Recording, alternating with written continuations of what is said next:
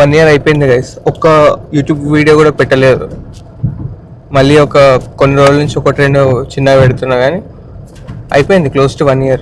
ఎందుకంటే నేను అనుకున్నా నా పెళ్లి రోజు వీడియో పెడదాం, అసలు చాలా మంచిగా ఎడిట్ చేశా అని చెప్పి మస్తు ఎక్స్పెక్టేషన్స్ ఉంటుండే నాకు.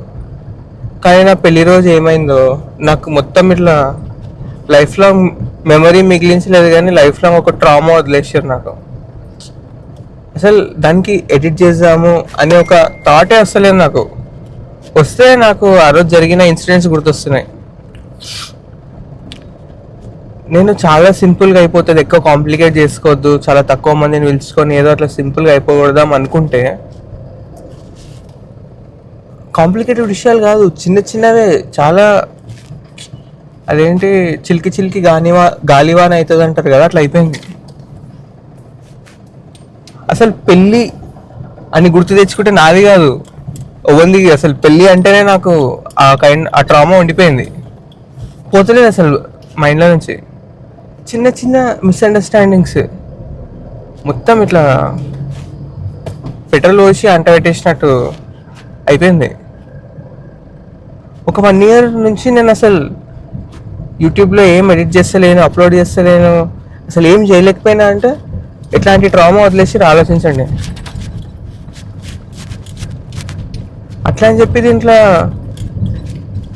చెడ్డోళ్ళు ఎవరైనా ఉన్నారంటే కాదు, అట్లా చెప్పి మంచి వాళ్ళు కూడా లేరు. అట్లా అని చెప్పి ఎవరైనా మన చెడు కొడేటోళ్ళు కూడా కాదు, అట్లా అని చెప్పి మన మంచి కొడేటోళ్ళు కూడా కాదు. అట్లా అయిపోయింది కదా, అంతే. ఎవరిని తప్పనిలేము, అట్లా అని చెప్పి ఎవరు కరెక్ట్ కూడా కాదు. ఈ హోల్ సినారియోలు ఏంటంటే, అసలు పెళ్లి కూతురుకో పెళ్లి కొడుకుకో వాళ్ళకి ఏమి ఇష్టం అనేది నోబడీ గివ్స్ ఎ ఫక్. అదేందో అందరూ నాకు కావాల్సినట్టు అవుతుందా లేదా అనే చూస్తుంటారు. నాకు కావాల్సినట్టు అవుతుందా లేదా అని ఎవరు పట్టించుకోరు.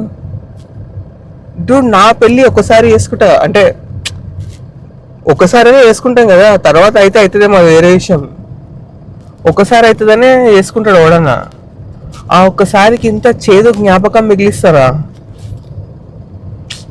నేను చిన్నప్పటి నుంచి వాళ్ళ పెళ్ళిళ్ళు వీళ్ళ పెళ్ళిళ్ళు అవుతుంటే కొట్లాడుకుంటుంటారు ఏదో చిన్న చిన్న చిల్లర విషయాలకి.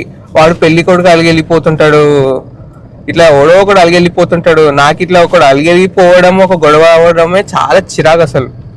నా దాంట్లో అసలు అట్లాంటిది అవ్వనే అవ్వద్దు అనుకున్నా. బట్ స్టిల్ దరిద్రం మన దగ్గరనే ఉన్నప్పుడు మనం మాత్రం దాన్ని ఎట్లా తప్పిస్తాం చెప్పండి?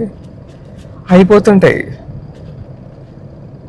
కానీ జీవితంలో ఏమైనా కానీ కూడా వాటిని దాటుకొని ముందుకెళ్ళడమే జీవితం అని జీవితం మనకి నేర్పిస్తుంది.